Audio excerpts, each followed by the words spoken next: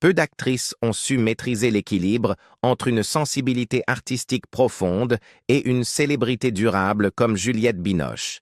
Avec plus de 4 décennies passées sous les projecteurs, elle a captivé les publics de Paris à Hollywood, tout en bâtissant en parallèle un empire discret mais éclatant. Son style de vie en 2026 ne reflète pas seulement la renommée, mais un sens délibéré et cultivé de l'héritage. De belles demeures, un luxe choisi avec soin, et une fortune qui avoisinerait désormais les 275 millions d'euros selon des rapports de People with Money. Mais comment une femme autrefois écartée par des directeurs de casting français parce qu'elle était jugée trop intense, est-elle devenue l'une des actrices les plus riches et les plus respectées d'Europe? La réponse tient dans une histoire d'élégance, de prise de risque et d'un refus constant de compromettre son âme. La richesse de Juliette Binoche ne repose pas uniquement sur son talent artistique, mais sur des décennies de décisions réfléchies et stratégiques, tant dans sa carrière cinématographique que dans ses projets privés. Très tôt dans son ascension internationale, elle fit les gros titres en refusant un rôle majeur dans Jurassic Park, un potentiel jackpot hollywoodien, pour tourner 3 couleurs, bleu de Krzysztof Kieślowski. Si ce choix surprit nombre de professionnels du milieu, il s'avéra déterminant pour son positionnement à long terme comme grande actrice dramatique. Ce rôle lui valut le César de la meilleure actrice et consolida sa réputation d'interprète guidée par la conviction artistique plutôt que par l'instinct commercial. Au milieu des années 1990, Binoche faisait déjà partie d'un cercle très restreint d'actrices européennes dotées d'un véritable rayonnement international.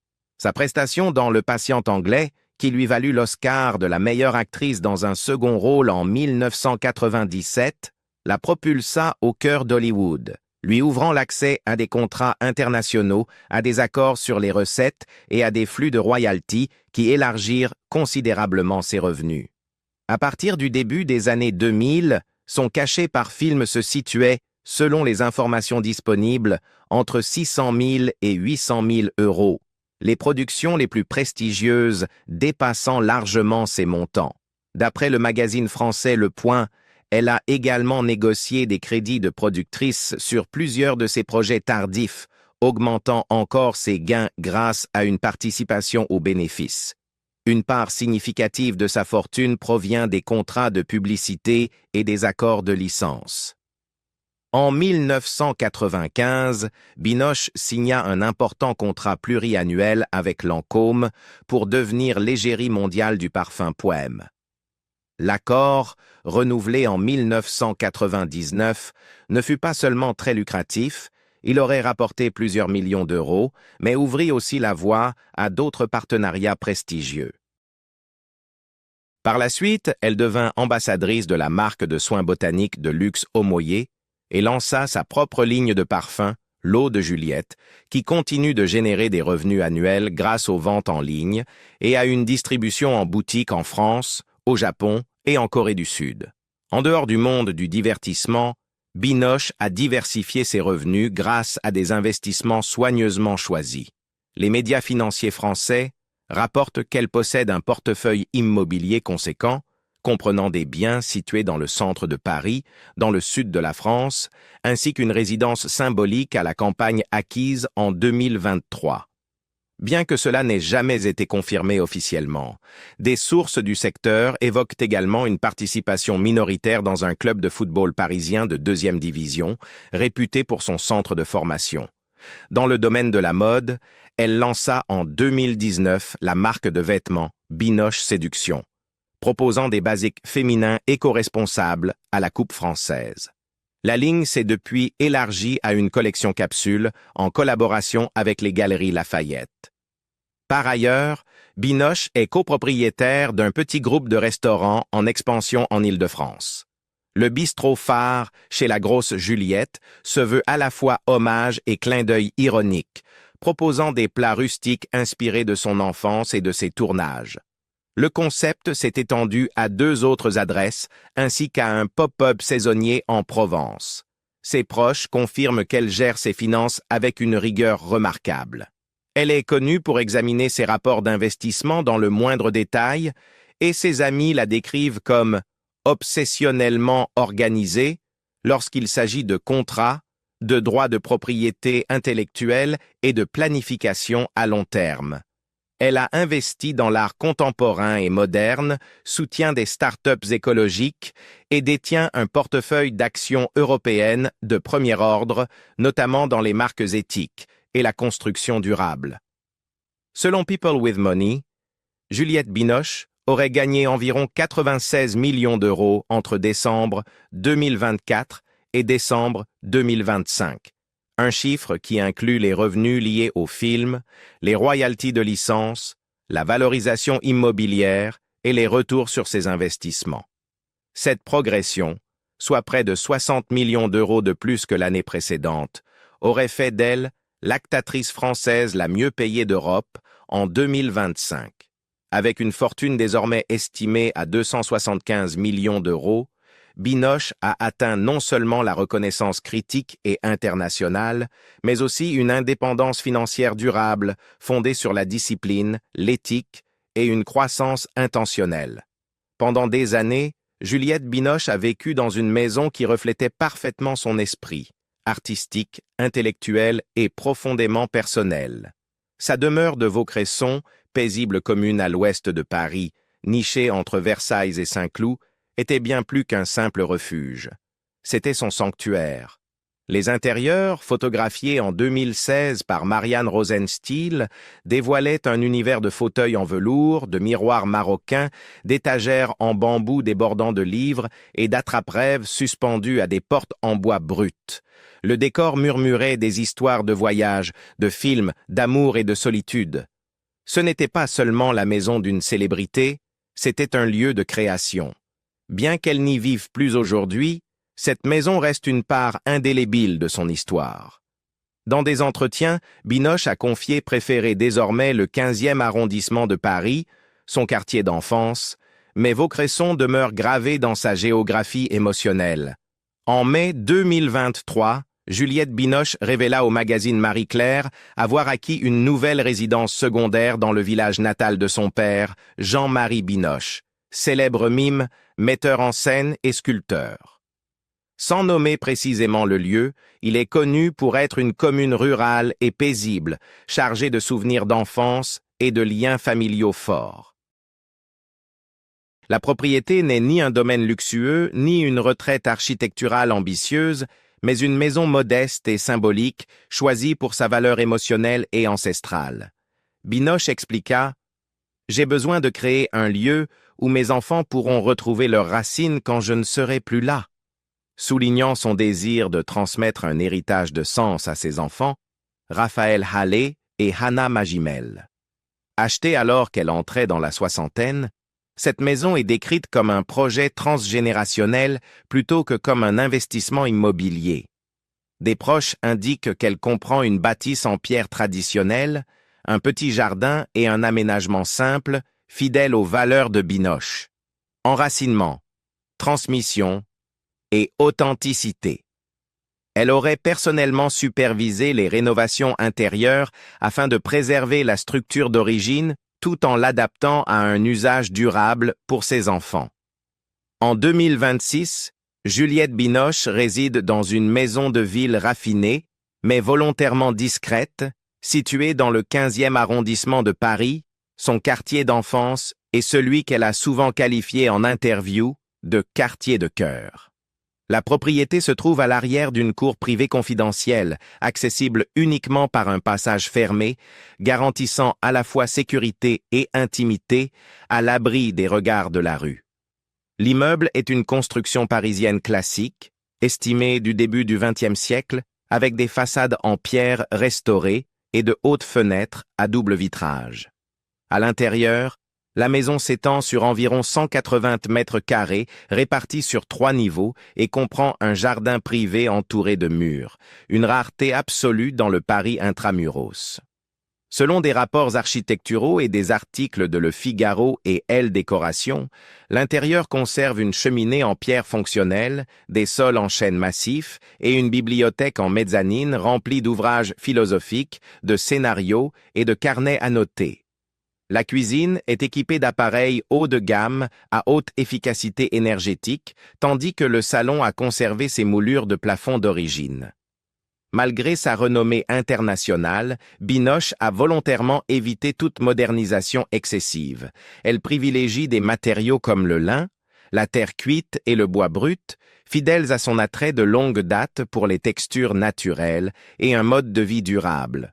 Ses proches décrivent l'atmosphère comme paisible, jamais ostentatoire, avec un rez-de-chaussée décloisonné conçu pour recevoir lors de dîners intimistes, notamment avec ses enfants Raphaël et Anna. La maison abrite également ses 2 chats qu'elle a évoqués en interview comme étant sa force d'ancrage quotidienne. Cette résidence parisienne a aussi servi d'espace d'enregistrement pour son travail de voix sur la série The New Look en 2024, dans laquelle elle incarnait Coco Chanel. Elle a abordé ce rôle avec une grande profondeur historique, réalisant une grande partie de ses recherches dans le bureau attenant au jardin. Bien qu'elle ait quitté son ancienne maison de Vaucresson, cette adresse parisienne incarne les mêmes valeurs essentielles: simplicité, discrétion et relation intime à l'espace. Contrairement à certaines célébrités qui exhiment des voitures de sport sur les réseaux sociaux, Binoche conserve un parc automobile élégant et silencieux. Attachée à un mode de vie durable, elle conduit une Tesla Model S noire à Paris et a été aperçue au volant d'une Citroën DS Vintage lors de festivals en milieu rural. Des sources proches confirment également qu'elle possède une BMW i7 en édition limitée pour les trajets plus longs et certains déplacements professionnels à l'étranger, notamment en Suisse et en Allemagne. Elle aime les voitures silencieuses, confie un ami. La vitesse ne l'intéresse pas, c'est l'allure qui compte. En 2026, l'approche vestimentaire de Juliette Binoche reste fidèle à sa philosophie, réfléchie, élégante et volontairement épurée. Sa garde-robe se compose presque exclusivement de pièces intemporelles et de grande qualité, où le savoir-faire prime sur la tendance. Si elle porte régulièrement des maisons comme Maison Margiela, Balenciaga ou Dior lors d'événements publics, tapis rouges, galas ou festivals, ses choix quotidiens demeurent ancrés dans un minimalisme très français. Elle privilégie les manteaux bien coupés au ton sobre, les vestes oversize en laine ou en cachemire, et les pantalons ajustés, souvent issus d'ateliers parisiens confidentiels ou de maisons patrimoniales réputées pour leur discrétion. Binoche a toujours évité l'ostentation des marques. Même lorsqu'elle porte des pièces de luxe, celles-ci sont choisies pour leur confort et leur design, jamais pour leur logo. Elle affectionne notamment les sacs en cuir de Moïna ou L/Uniforme, maison française reconnue pour leur artisanat et l'absence d'insignes voyants. Ses lunettes de soleil sont le plus souvent des modèles Dior classiques, écailles ou noirs, tandis que ses foulards en soie, souvent Hermès, sont noués bas sur le cou ou simplement jetés sur l'épaule lors de ses déplacements. Ces accessoires relèvent davantage de l'expression personnelle que de la démonstration de mode. Dans ses interviews, elle insiste sur l'intention plutôt que sur l'apparence. « Pourquoi vivre à moitié ?» confiait-elle à Marie-Claire. « Si je vais au marché, j'y vais pleinement présente. Si je joue, je donne tout.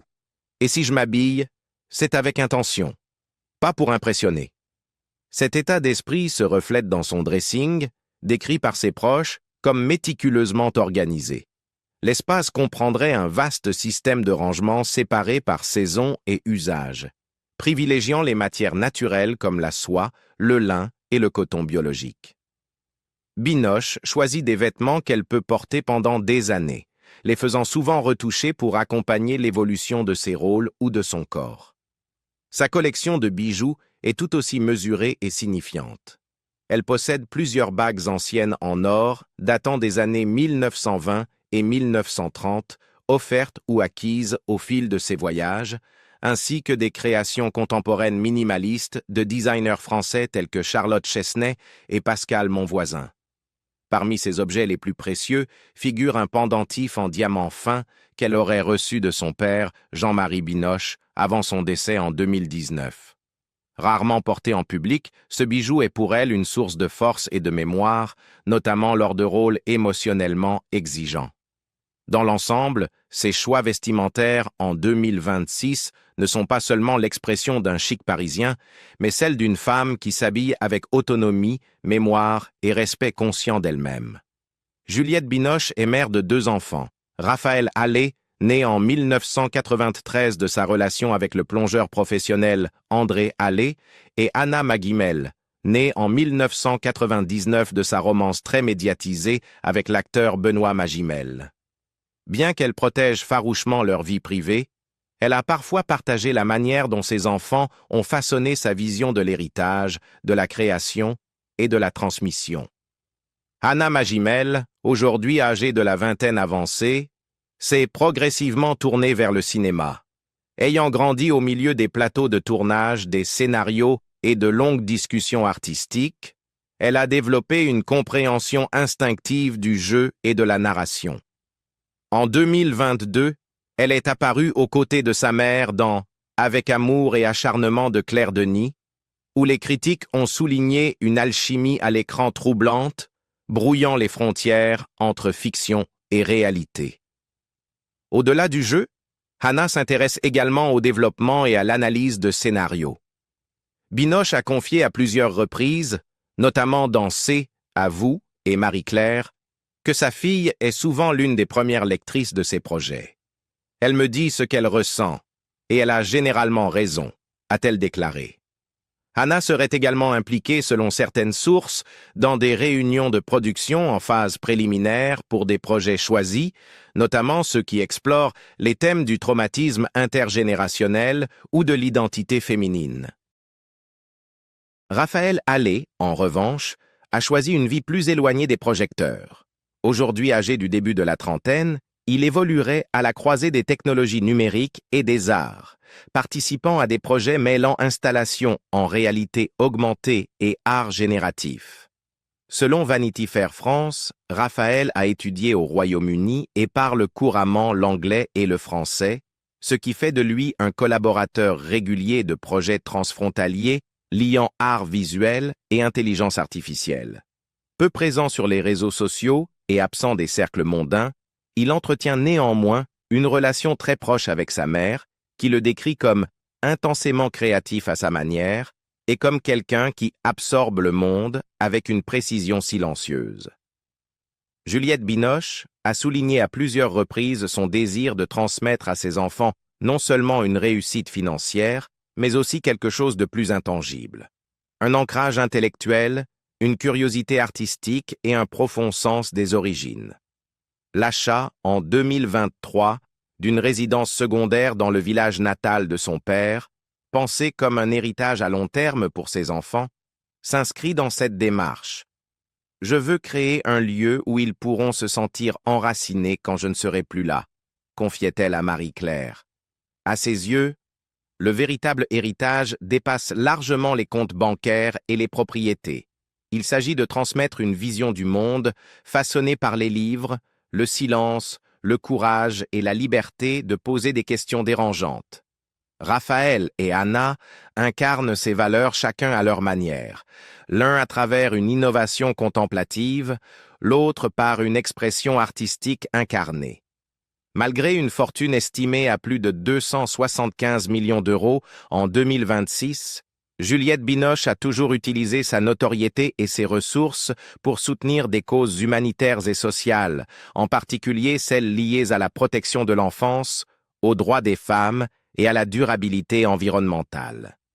Son engagement philanthropique le plus médiatisé remonte à la fin des années 1990, lorsqu'elle décida de reverser l'intégralité du montant de son contrat renouvelé avec Lancôme, alors évalué à plusieurs centaines de milliers d'euros, à l'ONG française ASPECA.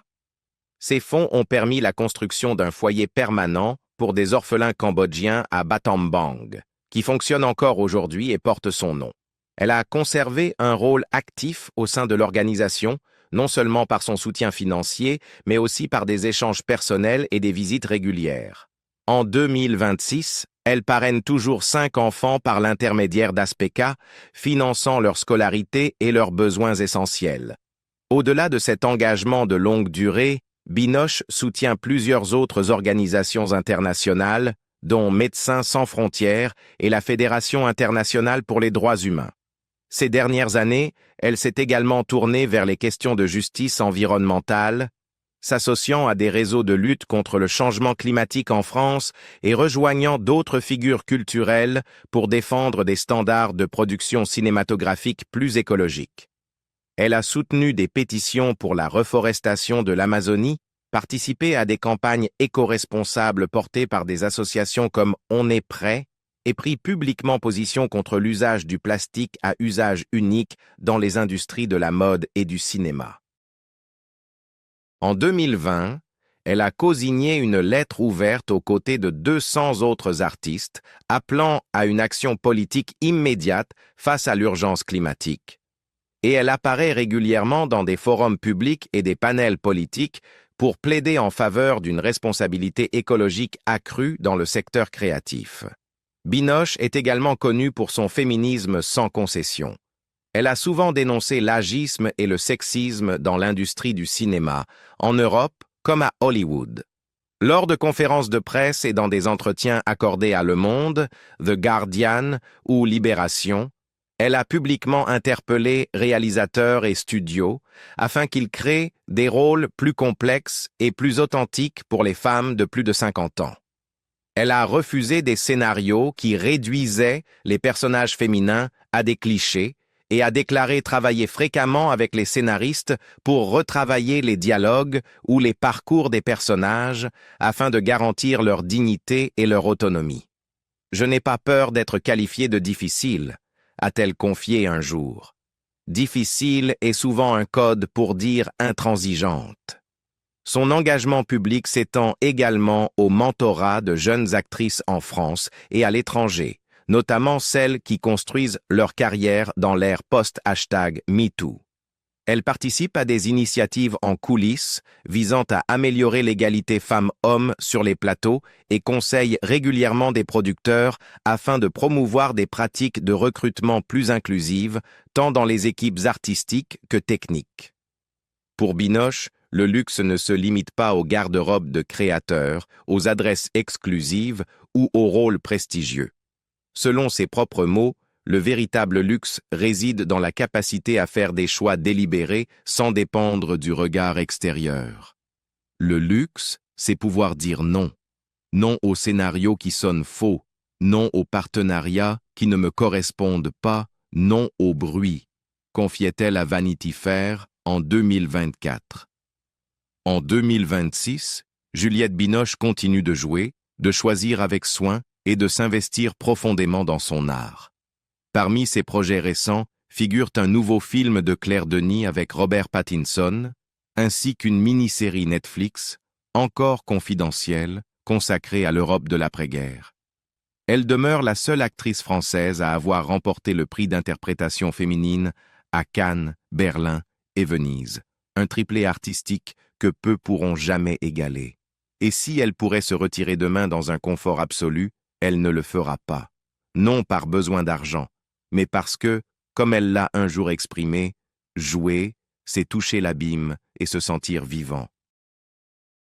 La vie de Juliette Binoche, en 2026, n'est pas une histoire d'excès, c'est une élégance guidée par l'intention. Sa fortune se compte en millions. Ses demeures reflètent un goût sûr et sa garde-robe rivalise avec celle de n'importe quelle icône parisienne. Mais au cœur de tout cela se trouve une femme qui choisit le sens plutôt que l'apparence. Quelle facette de son mode de vie vous a le plus surpris? La valeur de son patrimoine immobilier, son minimalisme vestimentaire ou les causes qu'elle défend? Dites-le nous en commentaire et n'oubliez pas de liker, partager et vous abonner pour découvrir d'autres portraits de vie fascinantes.